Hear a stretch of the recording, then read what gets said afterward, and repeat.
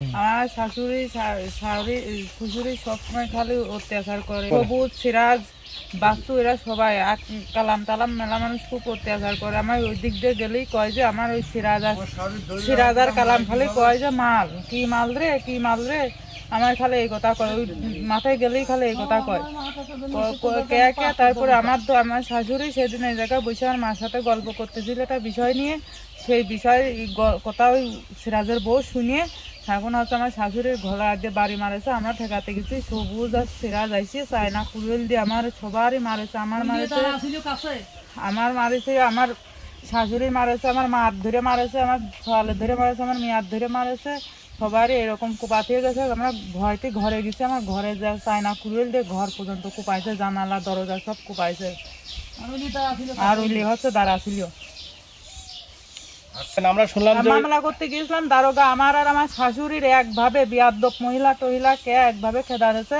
আমরা হচ্ছে চলে আসছি, আমি আমার শাশুড়ি কানতে কানতে চলে আসছি। কয় যে এ হচ্ছে বিয়াদ্দপ মহিলা, এর কে সিলেক্ট নাই বেড়ারও দেখতে পারে না, হচ্ছে কিছু করে না। ওই মনির দারোগা হচ্ছে ওর কাছে টাকা খাইছে, আমার শাশুড়ির কাছে টাকা চাইছিল, শাশুড়ি টাকা দিইনি বলে সেই জন্য হচ্ছে আমার কেস লেখিনি। আমি দাগ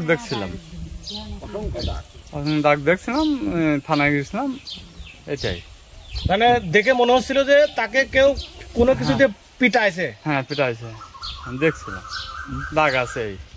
কে এলাম বাড়ির পাশেই বাড়ি, আমার দৌড়ি করে এলাম, আসি দেখতেছি সব শিখতে সামেটি করতেছে। ঘরে দরজা দেওয়া আসি, আমরা দরজা মজা খুললাম, দরজা কাটা দেখতেছি, গ্রিন কাটা, জানলা বাজি নিয়ে কুপাইনি, মাথা কেউ পানি দিচ্ছে, কেউ পানি তুলতেছে। এইবার আমরা দৌড় আসি, মাথায় পানি দিচ্ছি, পানি দিতে দিতে সে অজ্ঞান হয়ে গেল। অজ্ঞান যখন হয়ে গেল তখন সব আমি চেঁচামেচি করলাম, মেলা মেলা মানুষ গুছিয়ে গেল। মানুষ গুছিয়ে দেওয়ার পরে মেলা পানি ঢালতে ঢালতে সে সুস্থ হইলো। তখনই ভ্যানওয়ালা সোমবার দিলাম, ভ্যানওয়ালা আইলো, ভ্যানওয়ালা এসে ভ্যানে আমরা তুলিয়ে দিলাম। সেই ভ্যানে তুলিয়ে দিয়ে নিয়ে যাবে, তার আগের দিন ভ্যানটা আসছে যে এই ভ্যান যাবার দেবো না, চায়না কুড়ুল মুড়ুল নিয়ে এই ভ্যান আমরা হাসপাতালেই যাবার দেবো না, ওর মারির বদলি মায়ের আবার হবি।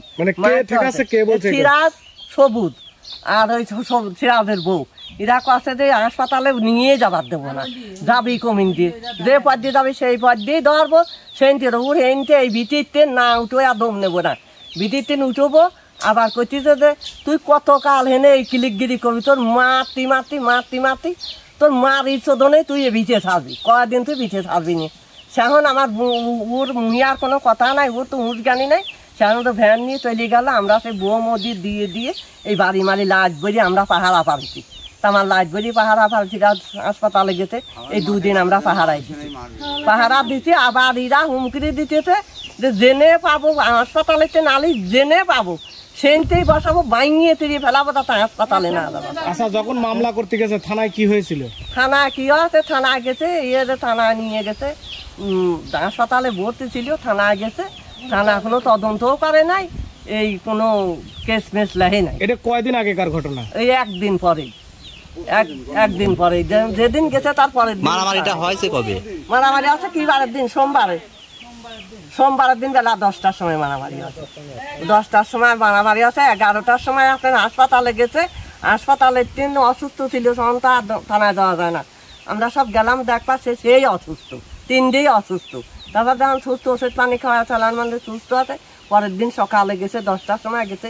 এই কেস তারা নেয়ই নাই, কোনো রকম তারা স্বীকারই করে নাই, কেস নেওয়া হবে না। পুলিশ বলে দুর্ব্যবহার করছে, খারাপ দুর্ব্যবহার করেছে। সে মহিলা বিয়াদ্দপ মহিলা, হ্যান ত্যান 7-17 অনেক কথা কিছু কয়েছে। তখন কাদাকাদি করেছে মহিলা, তা আমার দরবার দেখেন আমার কেসটা লেহেন করে না, কেস হবে না, কেস হবে না, টাকা লাগবে 5000 টাকা হলে তালিকে কেস হবে, তাছাড়া কেস হবে না। তখন আর কি করবো, তখন আবার ফিরিয়ে নিয়ে আসে, আবার হাসপাতালে ছিল।